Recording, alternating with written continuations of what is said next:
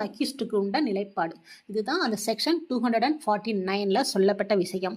சரி, இது ரிலேட்டடாக அங்கே என்ன சொல்லியிருக்காங்க பிஎன்எஸ்எஸ்ல சேம் தான். ஆனால் ஒரே ஒரு விஷயம் மட்டும் ஆட் பண்ணியிருக்காங்க. அது என்னென்னு பார்த்தீங்கன்னா, எப்போதும் போல் பீரியட். என்ன பீரியட்னு பார்த்தீங்கன்னா, அந்த காமிக்கிறேன் 272ல்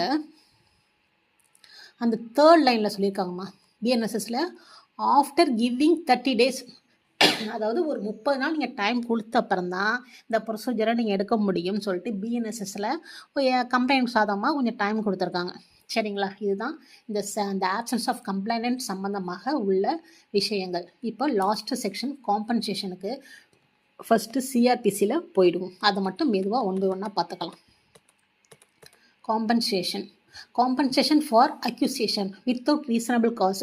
சரியான முகாந்திரமின்றி குற்றம் சாட்டப்பட்டிருக்காங்க இல்லையா, அதுக்கு இழப்பீடு கோரி இந்த செக்ஷனில் நம்ம கேட்கலாம். இது எந்த கேஸில் கேட்கலாம்னு பார்த்தீங்கன்னா, நீங்கள் மேஜிஸ்ட்ரேட் கோர்ட்டில் பேஸ்ட் ஆன் போலீஸ் ரிப்போர்ட் அந்த கேஸ்லேயும் கேட்கலாம், இல்லையா பேஸ்ட் ஆன் ப்ரைவேட் கம்ப்ளைண்ட் அந்த கேஸ்லையும் கேட்கலாம். இது அக்யூஸ்டுக்கு சாதகமாக உள்ள ஒரு செக்ஷன். டிஃபென்ஸ் யூஸ் பண்ணிக்கலாம். அது என்னென்னு பாருங்கள். ஃபஸ்ட்டு சப்செக்ஷன் மொத்தம் 8 இருக்குதுல.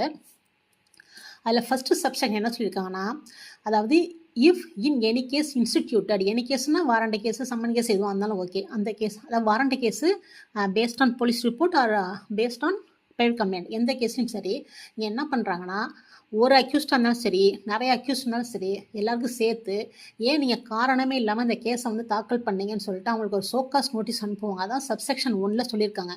சோகாஸ் நோட்டீஸ் அனுப்பிட்டு அந்த லாஸ்ட்டு 6வது வரியில் சொல்லியிருக்காங்க பாருங்கள், Y he should not pay compensation, நீங்கள் காம்பன்சேஷன் கொடுக்கக்கூடாது அப்படின்னு சொல்லிட்டு அவங்களுக்கு ஒரு சோகாஸ் நோட்டீஸ் அனுப்புவாங்க. சரிங்களா, இதுதான் சப்செக்ஷன் 1.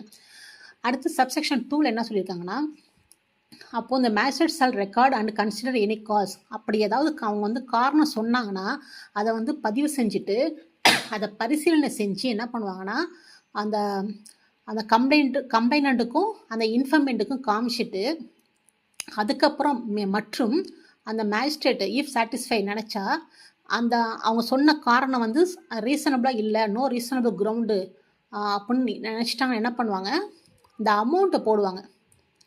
என்ன அமௌண்ட், எவ்வளோ அமௌண்ட் போடுவாங்கன்னா காம்பன்சேஷன் அமௌண்ட் போடுவாங்க. அது எவ்வளோ அமௌண்ட்டு கேட்டிங்கன்னு வைங்களேன், அந்த அமௌண்ட் என்னென்னா ஒரு மேஜிஸ்ட்ரேட்டுக்கு என்ன பவர் இருக்கோ அந்த அமௌண்ட்டை தாண்டக்கூடாது. அது என்ன அமௌண்ட்னு கேட்டிங்கன்னா, இப்போ மேஜிஸ்ட்ரேட்டுக்கு பொதுவாக பனிஷ்மெண்ட் பார்த்தீங்கன்னா 3 years தான் கொடுக்கலாம் இல்லைங்களா. அதே போல் நீங்கள் இப்போ இது ஃபைனுங்கிறது அதிகபட்சம் ஒரு 10,000 தான். அதாவது சிஆர்பிசியை பொறுத்தவரையில் 10,000 தான் போட முடியும்.